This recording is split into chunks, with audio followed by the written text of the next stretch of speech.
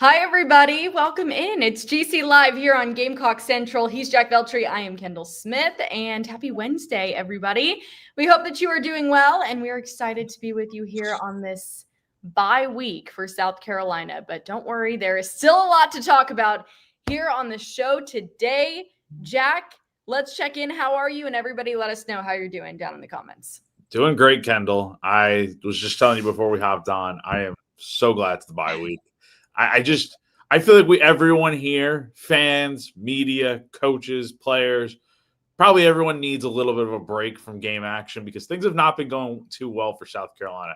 Have not won a game since September, Kendall, and we're now into November. So winless October is a real thing for the second time in 3 years, and the Gamecocks are off to an 0-1 start in the month of November, which has typically been a really good month. So still some time left to get things right. But yeah, I'm safe to say I'm pretty glad that football is not the main focus this week, though we still have plenty to talk about. But how are you doing?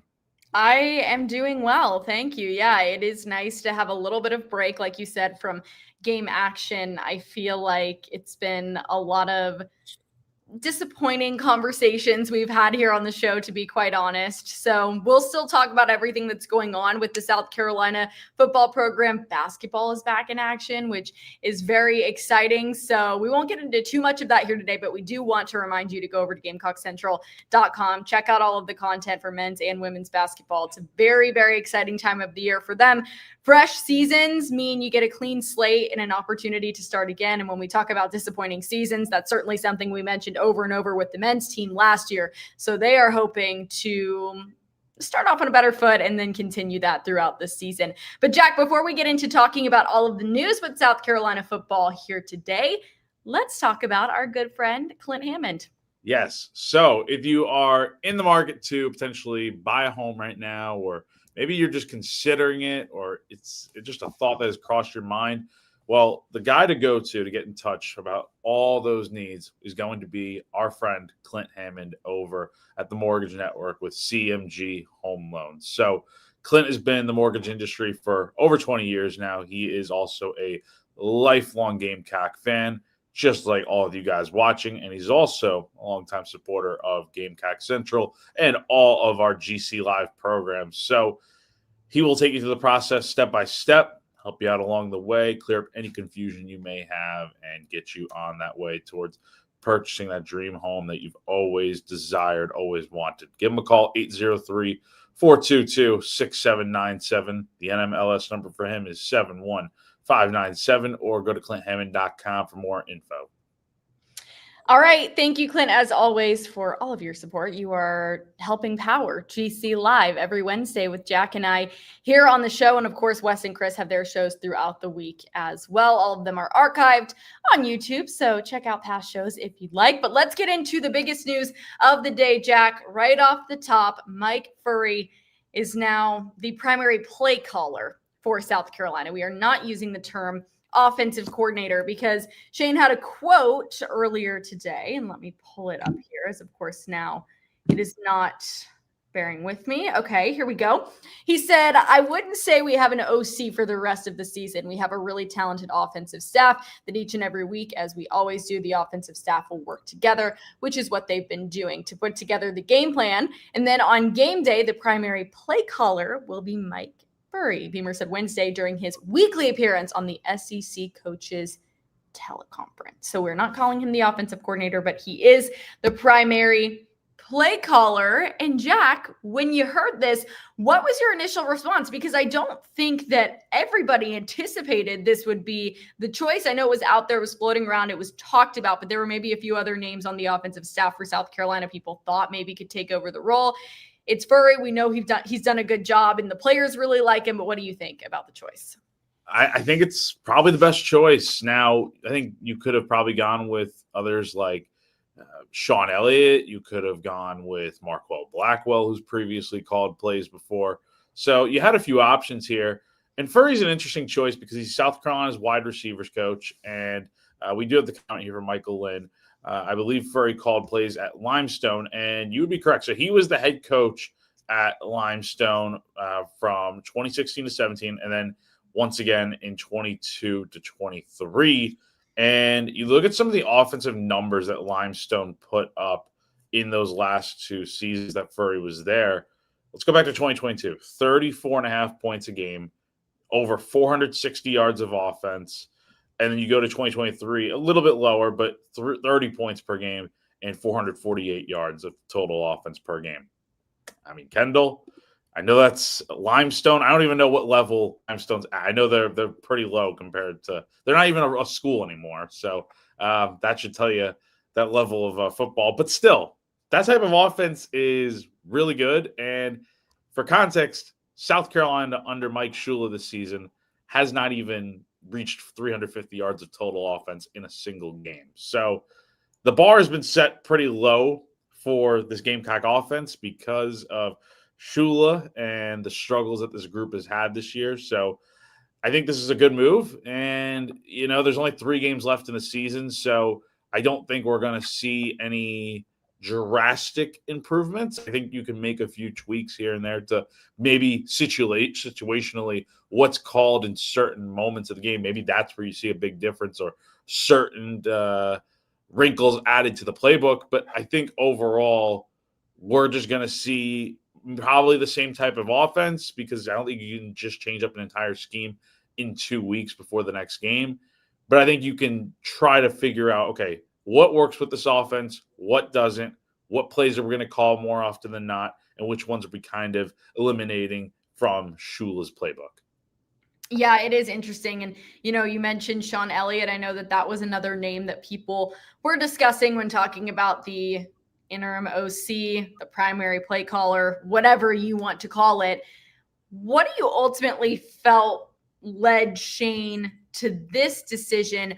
Clearly, there was a switch with the offensive line coach a little bit earlier in the season, a few weeks ago. Sean Elliott took over that role. Do you think maybe he didn't want to continue to move the pieces around? Obviously, he has a ton of faith in Furrey as well. He mentioned he's got high energy. He has great confidence about himself, and certainly the offense feels that energy. That's a quote from Shane about the decision. But what do you think was the ultimate choice besides what you mentioned, obviously the success that he had at Limestone and throughout, you know, other stops in his career? What was the other choice that you think that led Shane Beamer to this? Well, let's go back to what exactly Shane had to say during the teleconference today. There's another quote that I think really does stick out and kind of explaining why, straight from the horse's mouth, why Furrey is going to be the play caller moving forward.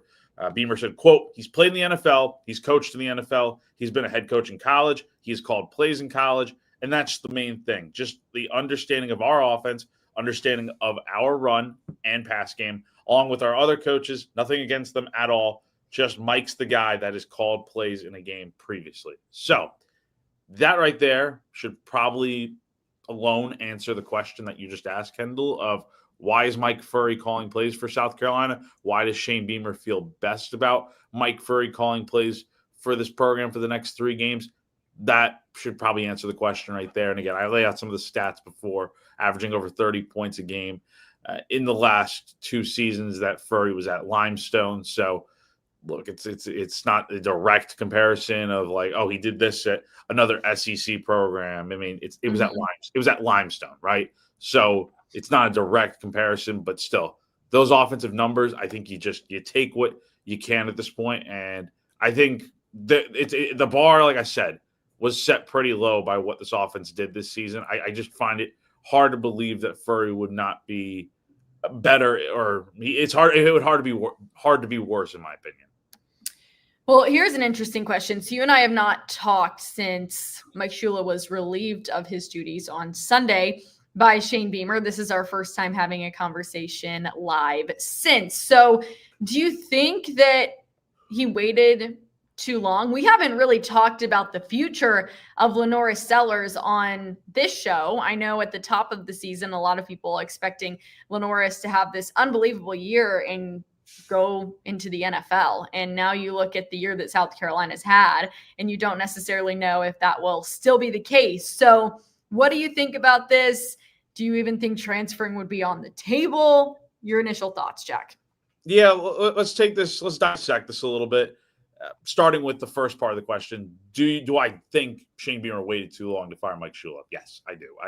I think this is a little bit long overdue. You've had the sample size for 10 games. Heck, you probably could have looked at a 5-6 game sample size. Probably after the first bye week or after the LSU game, you probably could have looked at this offense and be like, okay, they are not making enough progress. It's time to make a change. When Lonnie Teasley was fired as offensive line coach, that's probably when the plug should have been pulled as with Mike Shula as OC. I just think the offensive stats have been there since the beginning. South Carolina's been at the bottom of the SEC in offensive metrics all season long, and that has not changed. And I'm sure Shane's a loyal guy. So I'm sure he was looking at the brighter side of, okay, we have the talented players in place. We fired the offensive line coach. We're going to make adjustments, and hopefully that will lead to better results. I'm sure that's what the case was. But at the end of the day, it just did not happen. And he kind of felt like it was time to cut bait. And yes, it stinks that it's late in the season and this is happening. And South Carolina now needs 3 straight wins to make a bowl game. But I guess the only way, I guess it's just better late than never. But I think it's too late, in my opinion, to kind of save this season right now. Now, the second part of the question, Kendall, do I think Lenore Sellers transfers because of this?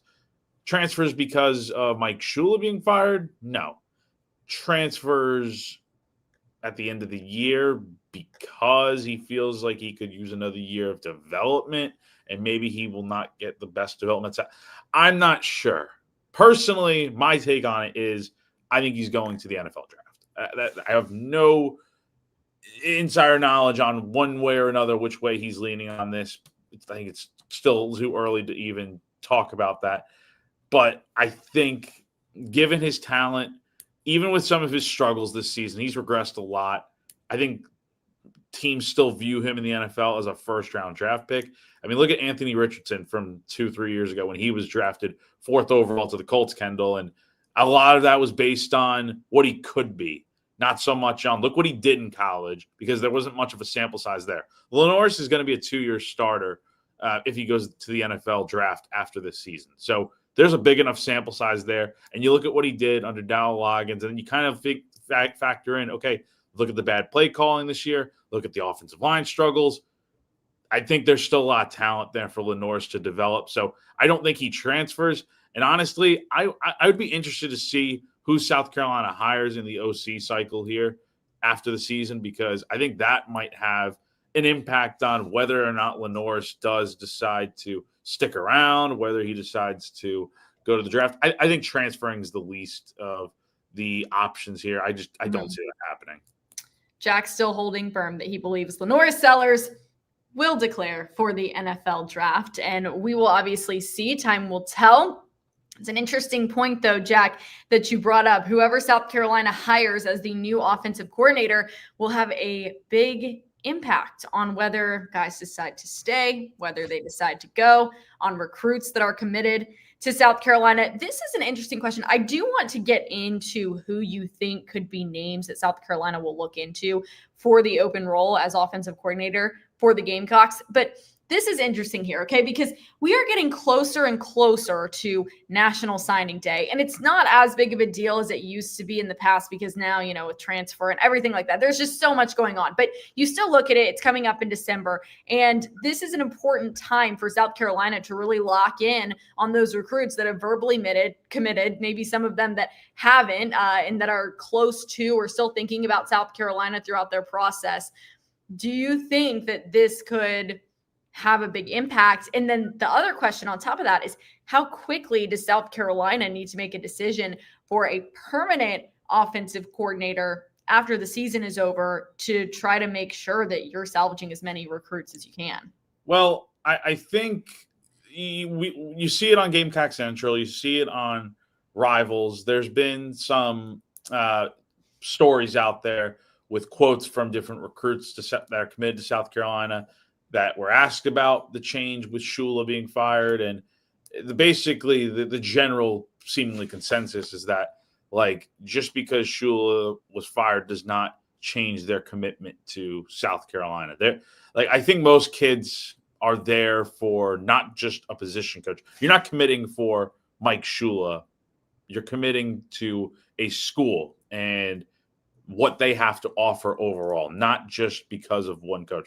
It's a nice added incentive, right? If you have a good relationship with your said position coach or the offensive coordinator or whoever it might be in any situation. But I think in this case, it's not going to necessarily deter any potential recruits, commits right now away from South Carolina because Mike Shula's gone. I mean, you'd have to have like no brain to see like, look how bad this offense has been this season. Like put 2 and 2 together and see that there's a reason why Mike Shula was let go. He was not doing a very good job this season as the play caller, and hence why a change was made. So if you're deciding to decommit from a school because of that, I don't know. That's a whole another discussion that we can have, Kendall. But I don't think that is the case here. The second part of your question, remind me, what was it? How quickly will South Carolina need to make a decision on who their new offensive coordinator is? Well, you have the transfer portal opening up on January 2nd, and that will be open for 2 weeks afterwards. Depending on which route you go down, I think you're probably going to go down the route of hiring somebody outside of the program, hopefully. I asked Shane Beamer about that on Sunday the other night, and you look back at the whole Shula hiring, it was the easy decision because he was already in the program for a year. He worked with Lenore Sellers as the QB coach, so he had a good understanding of this offense and what the team wanted to do, running the offense and trying to build upon what happened last year. Did not work out. The question I kind of phrased to Shane was, because of that, do you think you're going to be going outside the program externally looking for your next OC? And he didn't rule it out. So I think it's entirely possible that South Carolina goes out there and hires a currently sitting offensive coordinator. Maybe they bring in a guy with head coaching experience that transitions into an offensive coordinator. I mean, I'm not sure. But I think the one thing that people want, just based off of the comments we got here, is no NFL or pro-style offensive play callers. So South Carolina's had that the last few years. They had Mike Shula this past year, who, keep in mind, hadn't called plays since he was with the Giants and the Panthers in the NFL for a bit. You had Dow Loggins, who had no play calling experience before coming to South Carolina, though he did work in the NFL for a while. So I think you just got to go down a completely different route with this hire here, Kendall. Just completely different. Get a guy that calls a college offense and also a guy that has a little bit of a track record at the college level with some sort of success. I think it's an easy thing to ask for here. Yeah, and I think, as you mentioned, like the guys that Shane Beamer has hired for these positions, a lot of them with the NFL experience, like Dow Loggins. You talk about Mike Shula. Marcus Satterfield was with the Carolina Panthers as the assistant offensive line coach. So a lot of people, fans out there saying, yes, get someone who has worked in college, who has that proven ability to be successful there. So now, Jack, I will challenge you, as you say, go out and get somebody who is not within the program. And I know that this could change and look a little different depending on who is still where as we get closer to the end of the season. And once the season ends and we head into bowl season and college football playoff, who are some of the names that maybe you think South Carolina could go after at this point in time, knowing things could completely switch up as the season continues? Yeah, I think if I'm correct, we'll see later on tonight what Wes conjures up. But I think, to tease a little bit, I saw on our storyboard schedule for the day, he is coming out with a warm board offensive coordinator list. So keep an eye out for that later tonight. He'll have much more detail on that sort of stuff. Him, Chris, they do a great job on like the intel side of this sort of thing. One name that is stuck out to me this week that I think a lot of people, well, here's a few names. Kendall Briles would be an immediate name that people want to bring in. I think that is a pretty good choice, considering he's a big name and someone that I think most schools that are looking for an OC are usually looking after these last few years. The one name I'm interested in is Jordan Davis from North Texas, the offensive coordinator there with the Mean Green.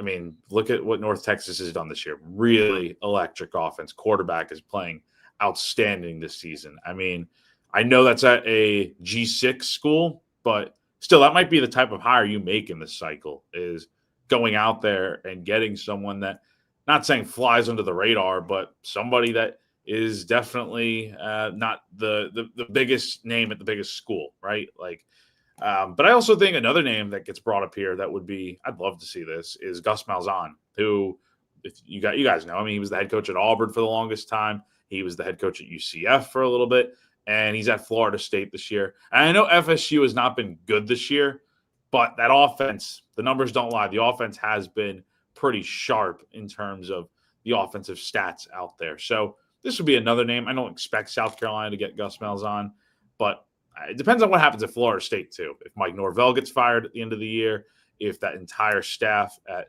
FSU gets gutted, then sure, he would be on the market then. And I think it'd be hard to say no to an SEC school. He has experience coaching in this conference, obviously. So I wouldn't be opposed to any of those names I just mentioned.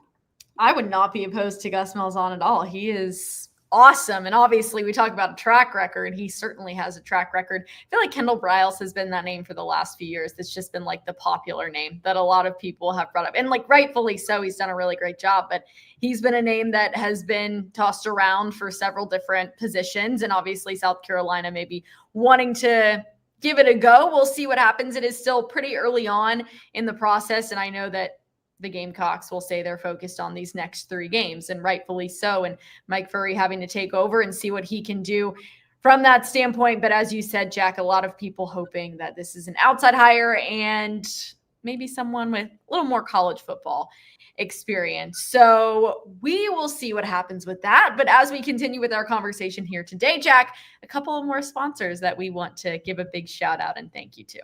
Yeah. So first off, let's talk a little bit about Palmetto Golf and Belts. You guys have heard us talk about them a few times before. If you love golf, you need to go check out PalmettoGolfing.com for the latest custom-made gear. If you don't play, Palmetto Golf and Belts is a great place to grab a gift for that favorite golfer in your life. They've got custom golf gloves, golf tees, golf towels, all available in the South Carolina Garnet, the Cross Design, Palmetto Tree, and Moon Design, and so much more. One of the coolest things in the shop right now is those needle point belts, which are extremely well made, but also more affordable than many of the others currently on the market. So Palmetto Golf and Belts is operated by Brandon Cohn, who is a big South Carolina fan and longtime member over at Gamecock Central.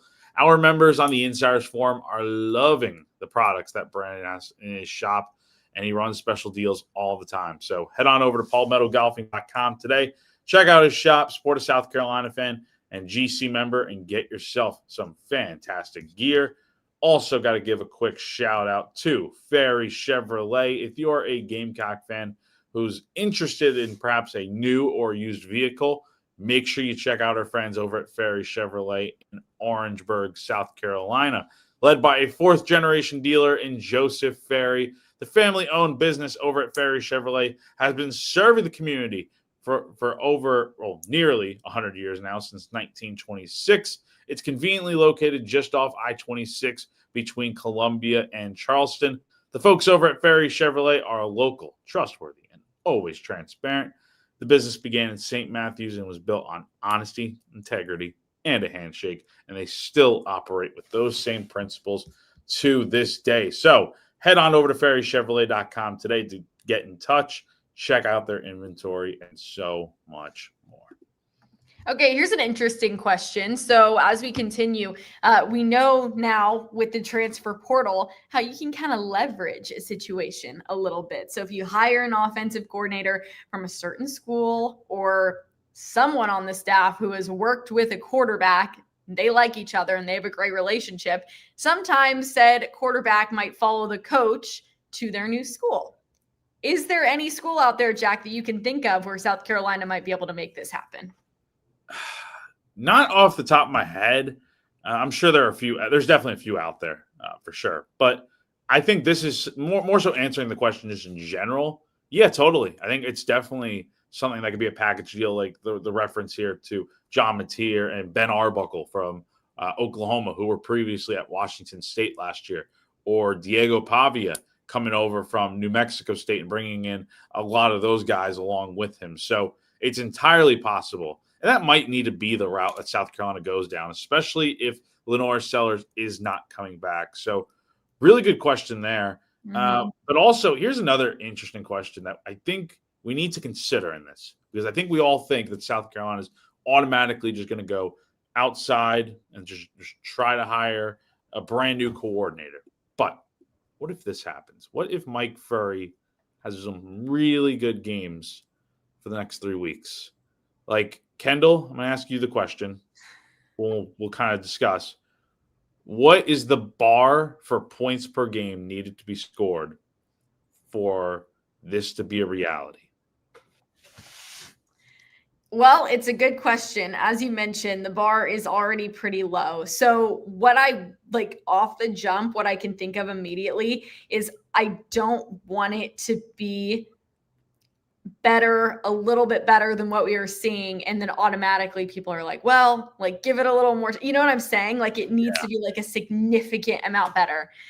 I'm going to say South Carolina needs to be scoring more than 30 points per game for the next 3 games to strongly consider this option. I agree. Maybe that's a little bit, but I mean, to be honest with you, and this is nothing against Mike Furrey. I think he's very talented. I think he's done a great job. And I think that the players love him. I know Shane Beamer has a ton of respect for him. But with this offense and what you have, and as we see it on paper, what we've been talking about this whole season, this team should be scoring over 30 points per game. No doubt. In my mind, I'm not saying they needed to do it every single game of the season, but it should happen on a consistent basis in my eyes when you have Lenore Sellers as your quarterback and the different guys around him that can make things happen. That's what I say. Over 30 points a game, and then talk to me. I mean, that's how much South Carolina's offense averaged just about last year with Dow Loggins. So they got to, I think 30 is the minimum. I think you got to do like really insane numbers for this. Like this offense has to look night and day different for me to even remotely feel like, yeah, bring Furrey back. Let's not get it twisted though. Furrey is a valuable asset to this program. He's a great recruiter, has done a marvelous job adding to this wide receiver room. And I hope he sticks around for this program for a long time, whether it's wide receiver coach, OC, whatever the role might be. But if he does light it up, it will create an interesting discussion. But here's the other thing, Kendall. Does Shane Beamer put his, like, this is the question right here from Big Red. Does Shane Beamer put his coaching career at Carolina on an in-house hire? Because this will be his 4th offensive coordinator hire since he took over at South Carolina. So that would be 4 in 6 years. He already made the one in-house hire with Mike Shula. That didn't work out. And Kendall, in my opinion, I think we're kind of looking at this through the lens of if this next hire does not go well for him and the offense is underperforming and the team's underperforming next season, I mean, Shane's probably already going to be on the hot seat going into next year, like it or not, if the season does not go well the rest of the way. We're talking about, okay, what is Shane Beamer going to get fired? Because that's probably what's next up if things don't go well here. Yeah. And, this is an interesting comment here as well. So I think we have to take a step back and look at what South Carolina has left. So you have a Texas A&M team that is very good. If South Carolina goes in, crushes it offensively, does very well against Texas A&M, you'll have my attention, obviously. That would be great for South Carolina. Then you're playing a Coastal Carolina team that you should beat as the South Carolina Gamecocks, and you should put up good numbers.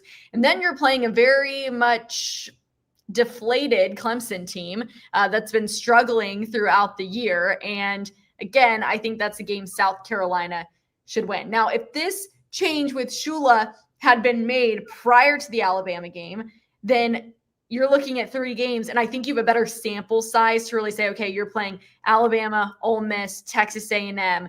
How are you going to do there? The only reservation I have with this is, yes, you're playing Texas A&M, so you'll get a really good grasp for it. But your last 2 games of the season, you should win if you're South Carolina. And so if you're putting up – the only thing that I think is, like, if you're putting up good numbers against Clemson and Coastal Carolina, like, I don't know if that necessarily speaks to the play calling 100%, if that makes sense, Jack. Totally. And I think here's the thing.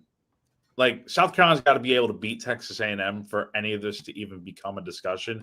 Because if South Carolina doesn't beat A&M, probably means the offense struggled, right? Like, A&M's so good defensively. They're a really good team overall. Like, this is probably the best A&M team since joining the SEC. I'll just be honest. I think they're that good and potential national championship contender. If South Carolina can find a way to go into A&M next week and pick up a win, and the offense looks good, I mean, the trajectory to make a bowl game becomes so much better because you get Coastal and you get Clemson both at home, two teams that I think you can beat in the next two games. But it won't matter if you're not able to beat A&M here next week. I mean, that's going to be the ultimate task here that could hold this whole thing back.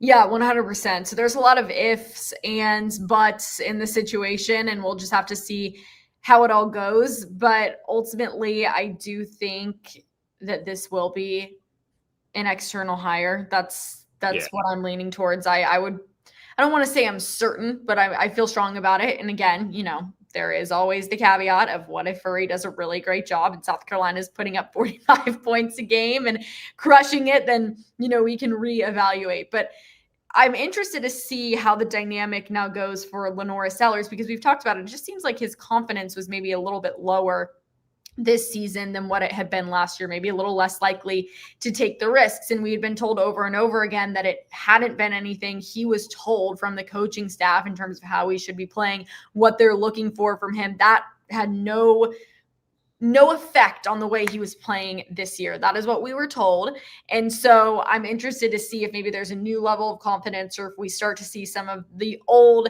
last year version of Lenora Sellers come out in these last three games. Because at this point, if you're South Carolina, you really have nothing to lose. I know you have, if you lose to Texas A&M, you're not going to a bowl game. All right. Well, I, honestly didn't think that was going to happen anyways. I mean, at the beginning of the year, yes, but now as the year has gone on, it's like, well, the chances get slimmer and slimmer and slimmer. And to be realistic, beating Texas A&M at Texas A&M is going to be extremely hard. If they beat Texas A&M next week at Texas A&M, that will be the most impressed I will have ever been with South Carolina in Shane Beamer's tenure. Legit. Mm-hmm. That would be the most impressive win. And not saying it can't happen. That's why you play the game. But at this point, you have nothing to lose. So go out there and just play. Like, just go out there and do it. Like, no need to be timid. And I could go off on a rant about this, but just do what you need to do. Go play. And that's what I want to see these next 3 weeks from South Carolina. Make it enjoyable. Agreed. No, for sure. Like, do I expect South Carolina to win next week? No. As I've said, A&M's a really good team. South Carolina is just not this season. And, after that, I mean, I just want to see progress and them go out on a good note this year, which beating Clemson at the end of the year would be a good note. You would still miss a bowl game, but I think going into the offseason, playing a little bit better football would be motivating and give people a little bit more confidence. I mean, shoot, Kendall, if you finish the season 4-8, or God forbid you go 3-9 and somehow lose to Coastal's not playing bad football ever since Mike Uva went on Sports Center.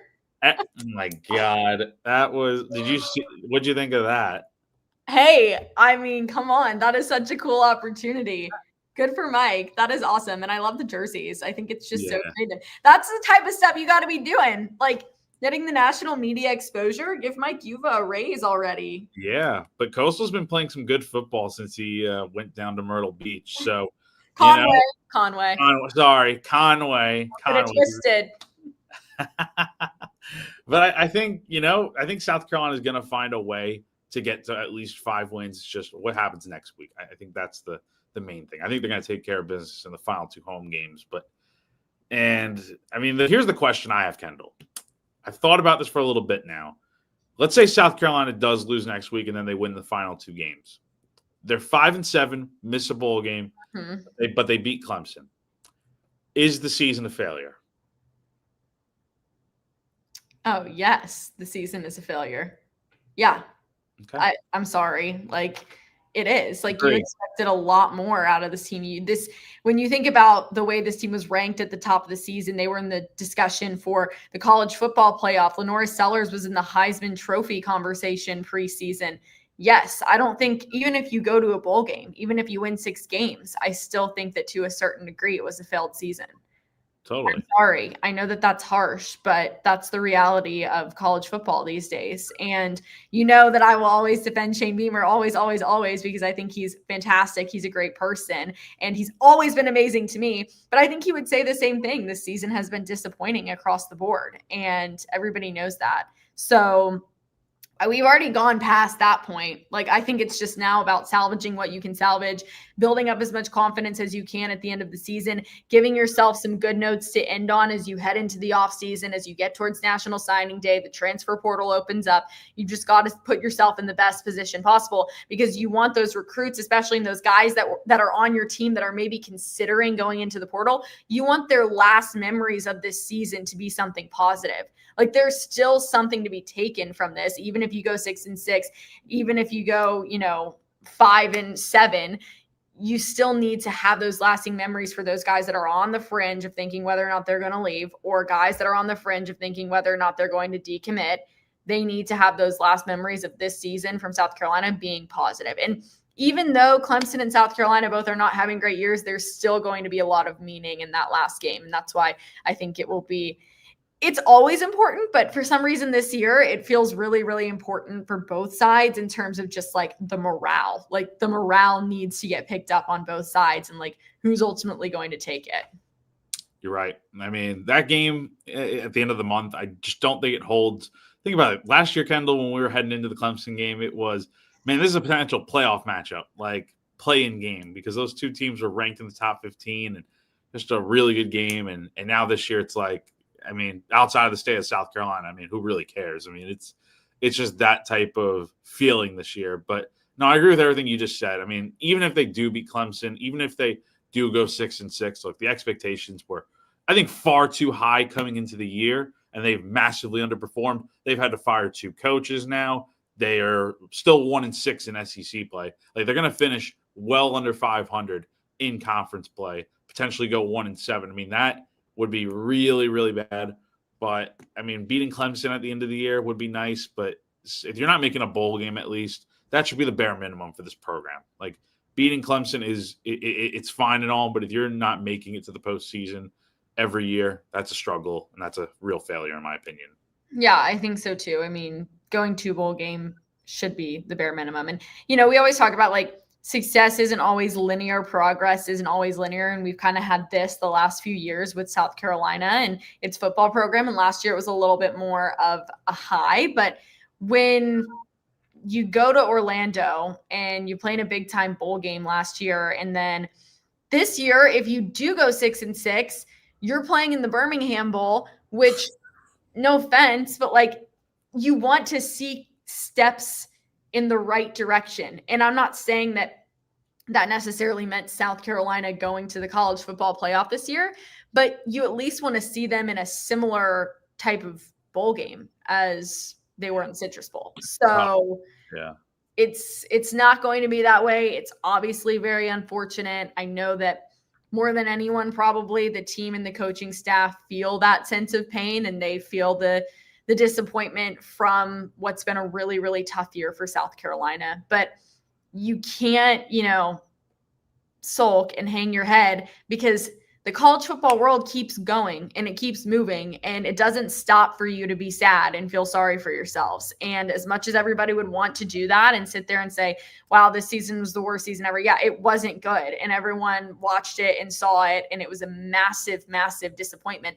But the college football hemisphere keeps on rolling. And so either you can get left behind or you can keep going forward, and you can try to make the best out of the season. You can try to do what you can do to maybe win 2 out of your last 3 games. In a shocker, win all 3 of your last games, and then go on and utilize that momentum, as I said earlier, to try to salvage recruits, to try to get people to come to South Carolina, because a season like this can hurt you. It can hurt you in recruiting. But South Carolina's got to take a look in the mirror and figure out how they're going to move forward from this, because you've got to move forward. If you're not moving forward, you're going to take about 10 steps back, and you cannot have that. if you're South Carolina. So it'll be really interesting to see how these next few months go. Mic drop. Sometimes I go on a little tangent. Boom, boom. There it is. I love it. Let's go. Thank you. Thank There you we very go. much. You know, like I always think that there is a reason to keep on like even though it's a bummer, you got to keep going. Like you can't pout. And I'm not saying they have been. I'm just saying like that cannot be the way No. to end. And yes, Shane Beamer does care a lot. Yeah. Like, I don't want to hear that he doesn't care. He does care. And so does the rest of the coaching staff, the guys in the team. Like they care. This is not what they wanted. Like this is hurtful to not only the program and the school, but like the pride that you take in it. Like at the start of the season, like there was a ton of pride. And I know that there still is pride to play for South Carolina and to work for South Carolina. But like it's a little bit of like a gut punch, I feel like, to be like, wow, the beginning of the year, we were all the talk, national media, talk. Yeah, South Carolina, they were the winners of talking season. And that's not what you want. No. Like ever. And so you have to learn from this experience and move on. And I think that Shane Beamer will. I think he'll put his heart and soul into it. If anything, you know, and I really hope this doesn't happen, but Shane Beamer will go down fighting. And I truly believe that. And I hope that he, you know, overcomes this. I think he can do it. I believe in him, but I know that he'll give it his all until the very end. And whether that's his choice to leave South Carolina or not, I think that he will give it his all. One point I kind of want to wrap this up on is we have not seen South Carolina, because every year in the Shane Beamer era, they've either made a bowl game or they've gone down to the last game of the season, still having a chance to make a bowl game. What we have not seen yet, and what we don't know, is South Carolina could get eliminated from bowl contention after next week, right, with a loss to Texas A&M. The final 2 games of the year will be very interesting to watch, because are you going to start to see players mentally check out because the season is quote unquote over, right? I know Shane instills that culture of these guys are not going to quit. They're going to play to the last whistle. And I think they've done a good job of that, even through all the struggles they're going through right now, not having won a game in over a month. But I would say keep an eye on that, just because you know how guys are nowadays, where they're always looking for the easy way out, hitting the transfer portal, declaring for the draft. Like if there's nothing to play for in the final 2 games other than pride, I just wonder how everyone approaches that. Shane's going to be fine. I have no doubt of it. But my thought on it, and this is probably a better question to ask him if it comes time, is how do you keep these guys motivated to play these final 2 games, knowing there's really nothing to play for besides, you get Clemson at the end of the year? Mm-hmm. Yeah, it's a fair question. Never happened before under Shane Beamer. That's the thing. That's never happened before, where they're out of bowl contention with games left to be played. The Clemson game 2 years ago, Kendall, they were 5-6 fighting for a shot to go. So yeah, it's definitely a fair question. And in this world of college football, you just never really know. This, back to my point, I'll defend my point a little bit more. If you have a rough season and you're South Carolina, and it will still be viewed as a rough season regardless. But if you don't pick up the slack a little bit in these last 3 games and at least try to make something of it, you're looking a lot worse at 3-9 or 4-8 or 5-7, whatever it might be, than you would be maybe at a 6-6. Or if you go down with a great final game against Clemson. Like the type of guys South Carolina will want in the transfer portal are going to have a lot of other people that want them too. And South Carolina is going to have to go head to head with all those other big time schools. And we're talking Ohio State, Alabama, Georgia. And those are just the ones that are coming to mind. I mean, you're going to have all these top tier schools, ranked schools that are going head to head with South Carolina for the types of players that South Carolina wants in their program. And when they look at it, and obviously there are other factors besides just record, but when they look at it, it is hard for a team like South Carolina after a year like this to sit there and say, yes, you should totally come here when you have an offer from Ohio State as well.